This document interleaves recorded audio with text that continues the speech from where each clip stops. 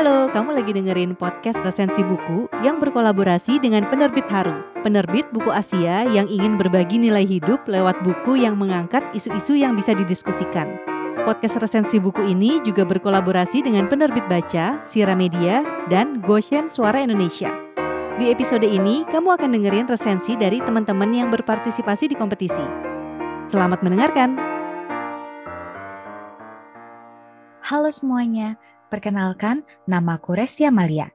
Bagaimana kabar semuanya? Semoga semuanya dalam keadaan baik-baik saja ya. Di kesempatan kali ini, aku ingin membagikan pengalamanku membaca salah satu buku terbitan Sira Media yang berjudul The Book of Overthinking, karya Gwendolyn Smith. Buku ini terbitan tahun 2021 dengan jumlah halaman 252 halaman. Aku tertarik membaca buku ini karena bermula dari overthinking yang sering kualami juga. Jadi bisa dibilang temanya relate sekali dengan permasalahan yang aku alami.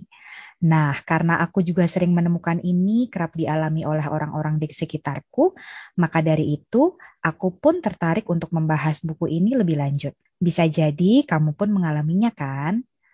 Buku ini menjelaskan apa itu overthinking atau bisa kita sebut dengan berpikir berlebihan, gejala-gejalanya, dan bagaimana cara mengatasinya. Menurut Kamus Daring Merriam-Webster, overthinking atau berpikir berlebihan adalah suatu aktivitas terlalu banyak memikirkan sesuatu, menghabiskan terlalu banyak waktu dalam berpikir atau menganalisis sesuatu dengan cara yang membahayakan, alih-alih membantu.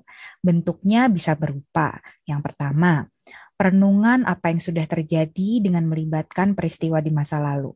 Pola pikir ini sangat erat kaitannya dengan penyesalan dan rasa bersalah. Yang kedua adalah merisaukan sesuatu. Pada bentuk ini, kamu biasanya tak henti-hentinya membuat perkiraan negatif atau membayangkan bencana yang akan terjadi di masa depan. Jika ditanya apakah overthinking itu berbahaya, menurut penulis tidak. Kadang-kadang kita bisa asyik berpikir dan dirangsang oleh pengalaman itu seolah-olah kita terhipnotis dan kehilangan jejak waktu. Ini mungkin bisa kita samakan dengan melamun atau membiarkan pikiran kita mengembara kemana-mana. Salah satu hal tentang overthinking yang dikhawatirkan dokter adalah jika hal itu mengganggu tidurmu. Apabila kau menghabiskan waktu sepanjang malam memikirkan tentang sesuatu, apakah akan jadi masalah? Belum tentu, tapi mungkin saja kamu akan kelelahan di malam berikutnya. Overthinking dengan berlandaskan rasa takut dapat menciptakan bahan kimia di dalam otak yang tidak membantu sistem tubuh dan bisa memicu gangguan tidur. Overthinking pun ternyata tak semuanya negatif loh. Ternyata ada bentuk overthinking yang positif dan bisa mengaktifkan bahan kimia di otak seperti dopamin, oksitosin, serotonin, dan endorfin. Semuanya terkait dengan kebahagiaan. Dalam keadaan ini, berarti kamu menginginkan mereka dan secara ekstrim akan mengulangi perilaku yang menjamin kamu mengakses mereka.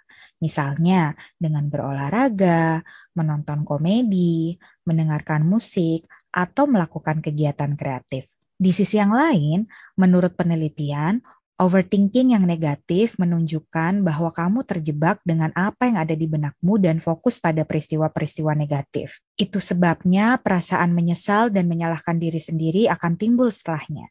Jika ini terus-terusan terjadi, sejumlah masalah kesehatan mental pun bisa menyerangmu, seperti kecemasan dan depresi.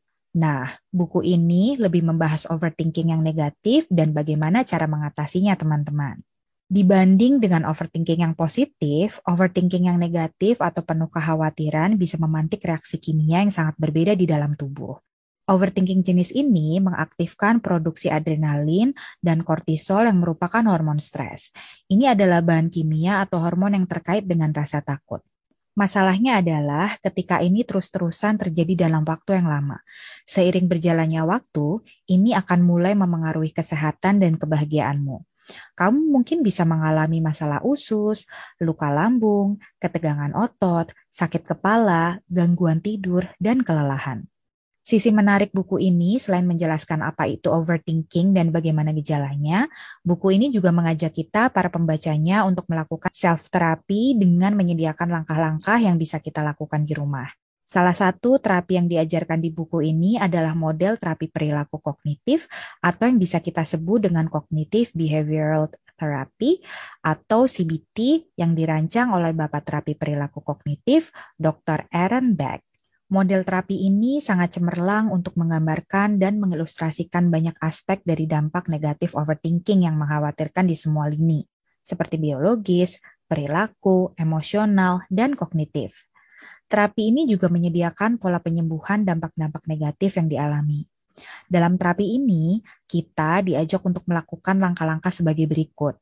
Yang pertama, mengatribusi kembali makna. Dengan melakukan ini, kamu belajar bagaimana cara melakukan ini. Kamu juga akan belajar bagaimana mengubah ketakutan irasional menjadi penilaian realistis terhadap kenyataan sehingga bisa mengurangi rasa takut tersebut. Yang kedua adalah pahami virus-virus pikiran yang sering menjangkiti pikiran manusia, seperti misalnya penyamarataan secara berlebihan, menyingkirkan yang positif, melompat ke kesimpulan, mencoba membaca pikiran orang lain, meramal apa yang akan terjadi, membesar-besarkan masalah atau menyulut bencana, mengecilkan masalah, dan menghadirkan alasan emosional. Yang berikutnya, setelah kamu memahami ini, kamu pun bisa melakukan beberapa hal berikut. Seperti singkirkan kata harus dari pikiranmu. Gantilah dengan kata-kata yang tidak terlalu menuntut. Dengan melakukan ini, kamu bisa merasa lebih terbebaskan. Menyangkut alternatif kata-kata, kamu bisa mencari kata-kata yang bisa menekankan pilihan. Seperti sebaiknya, semestinya, dan seharusnya. Langkah berikutnya adalah belajar teknik mengelola rasa khawatir. Kamu bisa menggunakan peta keputusan untuk mengelola rasa khawatir ini. Peta keputusan adalah cara terstruktur untuk mengatasi masalah kekhawatiran. Ini adalah cara mengajukan pada dirimu serangkaian pertanyaan bercabang yang bisa membantu menghilangkan kekhawatiran. Begini misalnya, pertanyaan 1, apa yang aku khawatirkan? Pertanyaan kedua, adakah yang bisa aku lakukan menyangkut masalah ini? Jika jawabannya tidak, berhentilah merasa khawatir dan alihkan perhatianmu. Tapi jika jawabannya iya, cari tahu apa yang harus kamu lakukan atau bagaimana mencari tahu apa yang harus dilakukan. Buatlah daftar apa saja yang bisa kamu lakukan. Kamu pun bisa beranjak ke pertanyaan selanjutnya. Adakah yang bisa aku lakukan sekarang? Jika jawabannya iya, lakukan hal itu sekarang. Berhentilah merasa khawatir dan alihkan perhatianmu. Jika jawabannya tidak, rencanakan apa yang dapat kamu lakukan dan kapan kamu bisa melakukannya. Berhentilah merasa khawatir dan alihkan perhatianmu. Hal lain yang bisa kamu lakukan adalah mengingat untuk bernapas. Kedengarannya sederhana sih, tapi yang terjadi saat kamu cemas adalah tanpa disadari kamu cenderung menahan napas dan membuat segalanya jadi lebih buruk. Jadi penting sekali untuk melatih teknik pernapasan untuk menghilangkan rasa cemasmu. Dan yang terakhir adalah berpikir yang bermanfaat. Kata bermanfaat bukanlah tentang membuat penilaian. Kata ini tidak didasarkan pada benar atau salah, seharusnya atau tidak seharusnya, dan juga tidak membuat pernyataan tentang apa yang normal atau tidak normal. Tapi lebih kepada bagaimana pemikiran ini bermanfaat bagiku. Tanyakan itu pada dirimu. Semoga informasi yang aku sampaikan bermanfaat buat teman-teman ya, terutama yang sering mengalami overthinking seperti aku juga. Buatku, buku ini sangat menarik untuk dibaca karena menyediakan informasi yang lengkap, detail, dan juga menyediakan langkah-langkah yang mudah untuk diikuti. Temanya juga sangat relate dengan permasalahan yang sering dialami juga, termasuk aku nih teman-teman. Mungkin akan lebih menarik jika buku ini ditambah dengan lebih banyak ilustrasi atau infografik untuk memudahkan menemukan kembali atau memahami poin-poin penting dalam buku ini. Kamu bisa membaca buku ini untuk mengetahui informasi lebih lengkapnya dan langkah-langkah self-terapi yang lebih detail yang bisa kamu lakukan di rumah ya. Buku ini bisa didapatkan di toko buku kesayangan kamu atau di toko buku online Shira Media. Jangan lupa untuk selalu membeli buku asli ya teman-teman, karena dengan terus membeli buku asli, itu berarti kamu mendukung para penulis, penerbit, dan industri buku untuk terus berkarya dan berkembang. Semoga setelah membaca buku ini, kamu bisa lebih paham tentang cara menghentikan siklus kekhawatiran yang sedang atau sering mengganggumu. Terima kasih sudah mendengarkan dan selamat membaca buku ini ya teman-teman. Sampai jumpa.